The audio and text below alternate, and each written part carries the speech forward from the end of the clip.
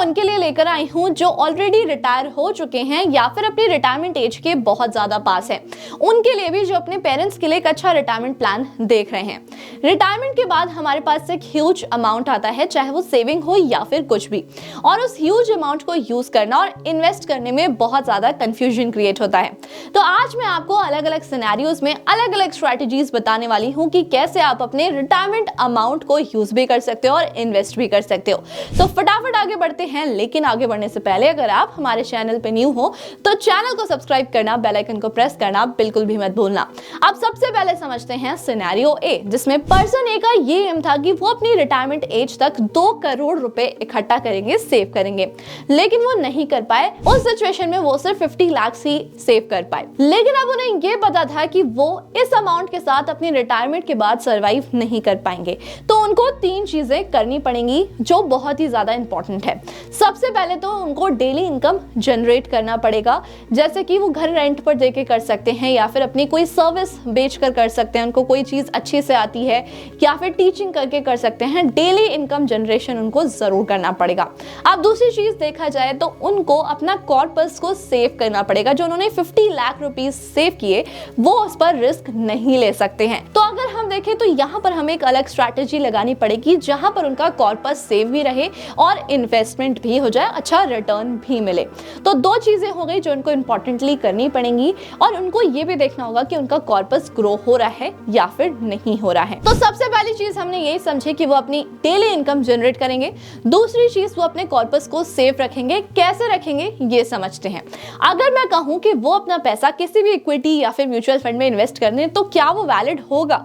नहीं, क्योंकि वहां पर ना एक्चुअली में काफी ज्यादा रिस्क होता है, क्योंकि हम पैसा शेयर मार्केट में इन्वेस्ट करते हैं।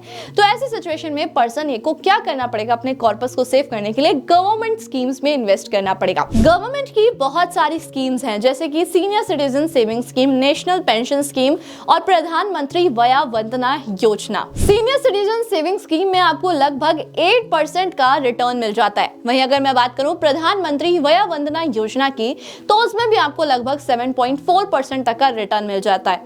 बट द पॉइंट इज, दोनों में रिटर्न वेरिएबल होते हैं, गवर्नमेंट उसे चेंज भी कर सकती है। साथ में अगर देखा जाए प्रधानमंत्री वया वंदना योजना, तो वो आपको हमेशा पोस्ट ऑफिस में ही खुलवानी होती है, और साथ में अगर सीनियर सिटीजन सेविंग स्कीम की बात की जाए तो वो आप किसी भी बैंक या फिर आप किसी भी पोस्ट ऑफिस में खुलवा सकते हो। तो इस तरीके से हमने पर्सन ए का सिनेरियो समझा और उसके बाद ये देखा कि कितना पैसा वो यूज कर सकते हैं और क्या वो अपने पैसे के साथ रिस्क ले सकते हैं। तो यहाँ पर है बिग नो। तो अपने पैसे को वो कहाँ इन्वेस्ट करेंगे? गवर्नमेंट की स्कीम्स में, जहां पर उनको अच्छा रिटर्न भी मिलता रहेगा और साथ में अपने पैसे को वो विड्रॉ कर यूज भी कर सकते हैं। अब चलते हैं सिनेरियो 2 पर, पर्सन बी का एग्जाम्पल लेकर। पर्सन बी ने सेम चीज सोची थी कि वो अपने रिटायरमेंट एज तक 2 करोड़ रुपीस इन्वेस्ट करेंगे और सेव करेंगे, लेकिन वो उस चीज के काफी ज्यादा पास थे। वो 1,80,000 रुपीस सेव कर पाते हैं। अब आगे बढ़ते हैं और सिनेरियो 2 की तरफ चलते हैं। मान लेते हैं पर्सन बी ने सेम चीज सोची थी कि वो अपने रिटायरमेंट एज तक 1 करोड़ रुपीस सेव करेंगे, लेकिन वो 1 करोड़ रुपीस ना सेव कर 90 लाख रुपीस सेव कर लेते हैं, जो कि उनके टारगेट से काफी ज्यादा पास है। तो इससे ये हम समझते हैं कि हाँ, अब वो थोड़ा बहुत रिस्क ले सकते हैं। इनकम जनरेशन की नीड तो उनको भी है, क्योंकि उनको भी पता है कि वो 1 करोड़ से ज्यादा पर ही सर्वाइव कर पाएंगे, तो इनकम तो उनको जनरेट करनी पड़ेगी। दूसरी चीज अगर देखी जाए तो उनके लिए कॉर्पस को ज्यादा सेफ्टी देना भी जरूरी नहीं है। वो थोड़ा बहुत रिस्क लेकर अपने कॉर्पस को अच्छा ग्रो कर सकते हैं। पहले सिनेरियो में ग्रो तो हो रहा था, लेकिन रिस्क बिल्कुल भी नहीं था, क्योंकि गवर्नमेंट स्कीम्स होती हैं। यहाँ पर इक्विटीज का रिस्क ना लेकर डेट म्यूचुअल फंड्स का रिस्क लिया जा सकता है। अब यहाँ पर आप क्या कर सकते हो कि आप अगर अपने टारगेट के बहुत ज्यादा नजदीक हो और आपने उतना सेव कर लिया है, तो आप हाइब्रिड म्यूचुअल फंड्स में इन्वेस्ट कर सकते हो, जो कि कंजर्वेटिव म्यूचुअल फंड्स भी होता है। उसमें आपको क्या करना है, आपका जो इसमें मेजर अमाउंट होता है वो हमेशा डेट म्यूचुअल फंड्स में ही इन्वेस्ट किया जाता है, और बहुत ही थोड़ा अमाउंट, थोड़े परसेंटेज में अमाउंट किस में इन्वेस्ट किया जाता है? इक्विटीज में किया जाता है। तो रिस्क हो सकता है कि आपके अकॉर्डिंग आप हैंडल नहीं कर पा रहे हो, लेकिन आप अपने टारगेट के बहुत ज्यादा पास में हो, तो थोड़ा बहुत रिस्क आप हैंडल कर सकते हो। तो डेट म्यूचुअल फंड्स आपके लिए बेस्ट हो सकते हैं। स्टिल अगर आप चाहते हो कि आपको मंथली इनकम आती रहे, तो आप SWP में इन्वेस्ट कर सकते हो, सिस्टमैटिक विड्रॉल प्लान। अब ऐसे में क्या होता है कि जब आप SIP करते हो तो धीरे धीरे आपका अमाउंट एक वेल्थ में क्रिएट होता है और आपको ह्यूज अमाउंट एक साथ मिलता है। लेकिन यहाँ पर आप क्या करते हो, आप लमसम अमाउंट एक साथ इन्वेस्ट कर देते हो और मंथली आप उसमें विड्रॉ कर सकते हो। दो फायदे होंगे, मंथली इनकम भी जनरेशन होती रहेगी, साथ में आपको एक अच्छा खासा रिटर्न भी मिलता रहेगा। बट इसमें भी एक ऐसा रूल होता है जो आपको फॉलो करना है। उसके लिए मैंने फुल डिटेल्ड वीडियो बनाई है, लिंक आपको आई बटन पे मिल जाएगा, आप जाकर चेकआउट कर सकते हो। अब दूसरी चीज, अगर आपको SWP में भी इन्वेस्ट नहीं करना है तो इन दैट सिचुएशन आप क्या कर सकते हो, अपने अकॉर्डिंग डिसाइड कर सकते हो कितना परसेंट आपको डेट में इन्वेस्ट करना है, कितना परसेंट इक्विटी में। देखो, आफ्टर ऑल सारी चीजें आपके ऊपर डिपेंड करती हैं कि आप क्या करना चाहते हो अपनी फाइनेंशियल नॉलेज के अकॉर्डिंग।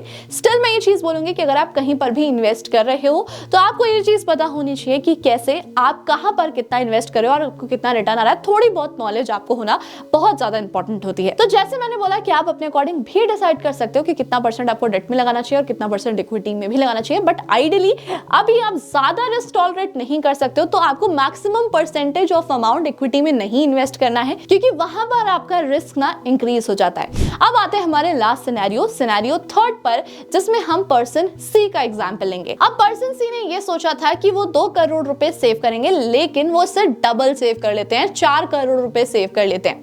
तो ऐसी सिचुएशन में क्या होगा, क्योंकि उनके पास तो बहुत ही ज्यादा ह्यूज अमाउंट है, तो यहाँ पर वो रिस्क भी उठा सकते हैं, अपने कॉर्पस को अच्छे से ग्रो भी कर सकते हैं। अब इनकम जनरेशन की तो उनको कोई भी नीड नहीं है, क्योंकि अगर देखा जाए तो वो अपनी अच्छी खासी लाइफ जी सकते हैं विदाउट इनकम जनरेशन भी, लग्जरीज भी जी सकते हैं। बट उनको अपने कॉर्पस को सेफ भी रखना है और ग्रो भी करना है। टोटल 100% वो रिस्क भी ले सकते हैं, क्योंकि जितना उन्होंने सोचा था टारगेट अमाउंट, उससे ज्यादा उन्होंने सेव कर लिया है। तो जो बचा हुआ अमाउंट है उसे वो रिस्क पे रख सकते हैं, यानी कि अगर उन्होंने 2 करोड़ सोचा था और 4 करोड़ रुपए सेव किए, तो जो एक्स्ट्रा 2 करोड़ है उस पे वो काफी ज्यादा रिस्क उठा सकते हैं। तो ऐसी सिचुएशन में आपको क्या करना है मैं बता देती हूँ कि अगर आपने जो टारगेट सोचा था उससे ज्यादा आपने ऑलरेडी सेव कर लिया है, तो उसको आप डिवाइड कर दो। जितना टारगेट था आप उसे सेफ्टी वाले स्कीम्स में इन्वेस्ट कर दो, जैसे कि मैंने आपको बताया गवर्नमेंट स्कीम्स होती हैं, या फिर आप चाहो तो डेट म्यूचुअल फंड्स में भी इन्वेस्ट कर सकते हो, जहां पर आपको सेफ्टी लगती है। वहीं जो एक्स्ट्रा 2 करोड़ है आप उन्हें क्या कर सकते हो, एक ऐसी जगह पर इन्वेस्ट कर सकते हो जहां पर आपको अच्छे रिटर्न्स मिले। इसका मतलब ये कि आप इक्विटीज में भी इन्वेस्ट कर सकते हो, वहां पर आपको अच्छा खासा रिटर्न मिलेगा। सो एट लास्ट आई होप आपको बहुत अच्छी क्लैरिटी मिल गई होगी कि आपके सिचुएशन के अकॉर्डिंग आपको क्या करना चाहिए, सेफ्टी रखनी है, कॉर्पस को ग्रो करना है, या फिर अभी आपको इनकम जनरेशन पर और ज्यादा ध्यान देना है।